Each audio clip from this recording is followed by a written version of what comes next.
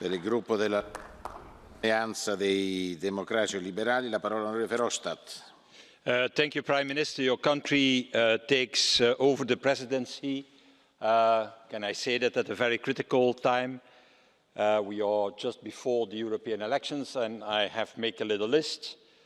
The mobility and transport package, the completion of the banking union, the reform of the broken Dublin system, the multi-annual financial framework, where we need an agreement, and last but not least, two Article 7 procedures, one against the Polish government and one launched by this Parliament against Orban.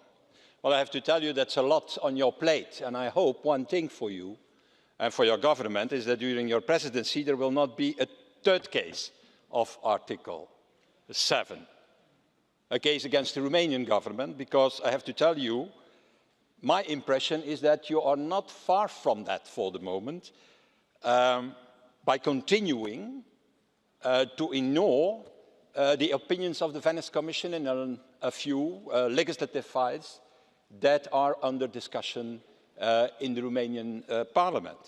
And I was last time together with a number of colleagues here in Bucharest. I met Mr. Dragnea, who is the leader of your party and the Speaker of the House, and he defended these legislative files and the attitude of your majority by saying, well, the rule of law is a question of subsidiarity. Well, I have to tell you, there are many things in the European Union where a question of subsidiarity, but that is certainly not true for the rule of law. That is not subsidiarity in the European Union. And I have to tell you, I said exactly the same that same day also to Mr. Tăriceanu, and he promised me that your government and both parties of your majority will change the proposals and will be fully compliant with the Venice Commission.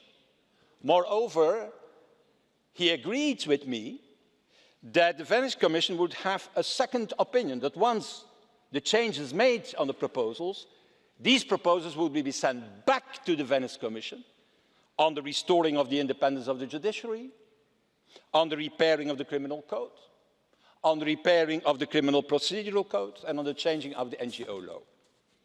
Well, I have to tell you very honestly that since we met each other, also with Mr. Bullmann and others, in Bucharest, not one of these promises have been kept.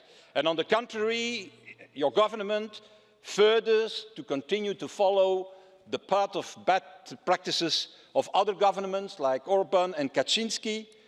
And moreover, I ask you, is this true? I read in the press that you have a plan to approve a law to grant amnesty on corruption. So that means, in fact, putting the big fish out of reach of the courts. So let me tell you one simple thing in this debate. If this would be confirmed, my group in any way, and the whole Liberal family will not go into elections with such partners. We want to side with all new, clean and democratic forces who want to stop corruption, clean up the country, and also anti-abuse of the power by the old Secret Service. And that is not criticism towards your country or towards Romanian citizens. It's criticism towards a number of practices of your political majority for the moment. And I think I can be critical towards these practices. I am a honorary citizen of the Romanian Republic.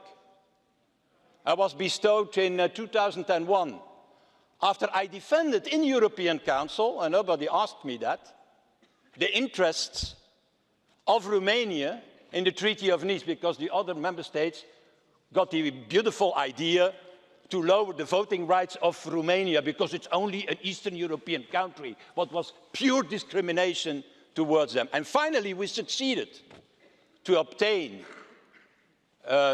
in fact, the right thing for the Romanian Republic, the same voting rights as the other members. Like I'm also, Mr. President, in favor of the entrance in Euro, of the entrance in Schengen of Romania. So don't see that as criticism. Let's pick it up, this fight. Be the real Prime Minister of your country.